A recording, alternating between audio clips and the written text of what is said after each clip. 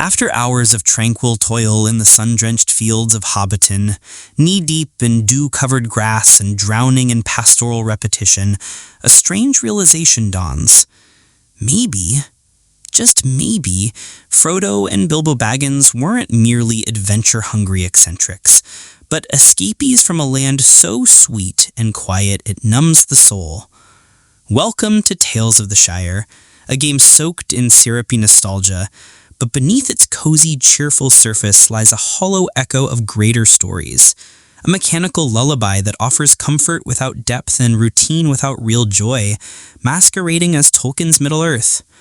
Set in the Third Age, long before Frodo's ring-bearing journey, this life simulator unfolds in the sleepy hamlet of Bywater, where your grand mission is to help this quaint hobbit town gain official village status.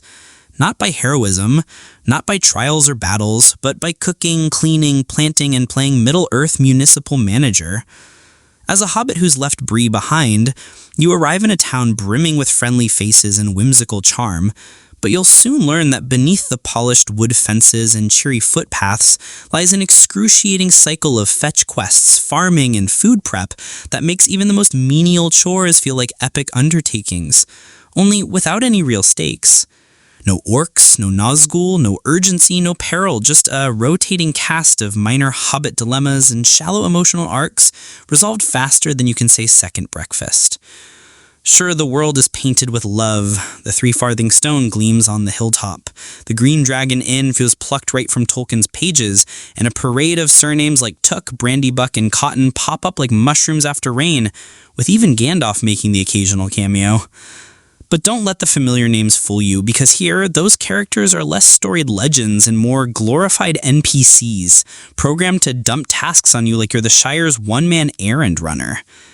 Even the game's art, while charmingly chunky, does little to conceal the truth. It's all a beautiful illusion wrapped around a gameplay core that demands little and gives even less in return. Yes, there's fishing, yes, there's planting, and yes, there's a cooking mechanic that mixes Breath of the Wild's ingredient synergy with Cooking Mama's hands-on prep. But no matter how many meals you sauté, stir, or serve, it's still just another tick in a never-ending to-do list. And sure, there's a relaxing rhythm here, where you wake up each morning, gather mushrooms or catch fish, buy seeds and smile at neighbors, then cook up a grand feast for 11sis or afternoon tea. But that rhythm becomes repetition, and the repetition quickly becomes monotony, especially when all emotional conflicts are resolved with the shallowest of dialogue exchanges and the stakes never climb higher than a misplaced parcel or someone forgetting what they ordered for breakfast.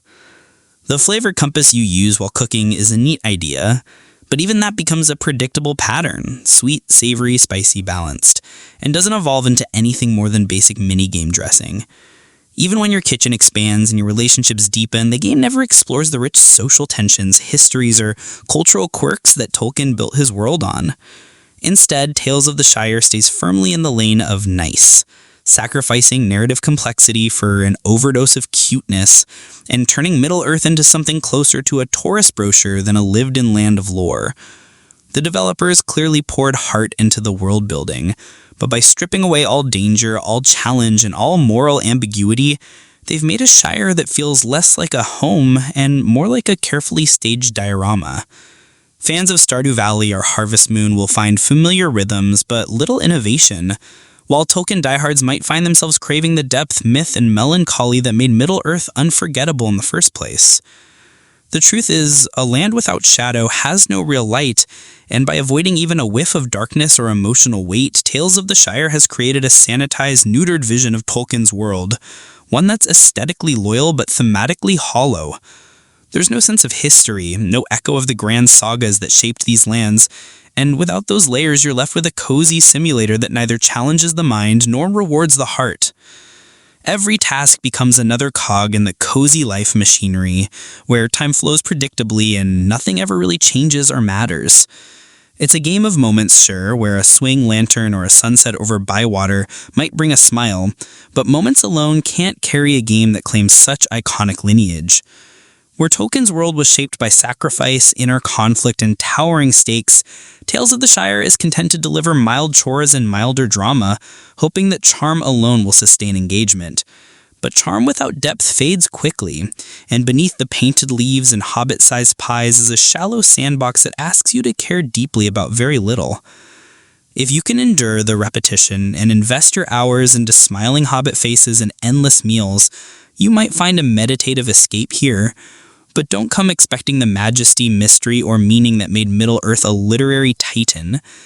Instead, Tales of the Shire offers a quaint, slow-paced fantasy for players who want peace and predictability over excitement and evolution. And while there's nothing inherently wrong with that, it's hard not to feel that this is a missed opportunity.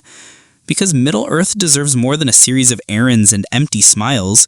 It deserves to be lived, to be wrestled with, and to be remembered not just as a place of charm, but as a world of weight, wonder, and truth.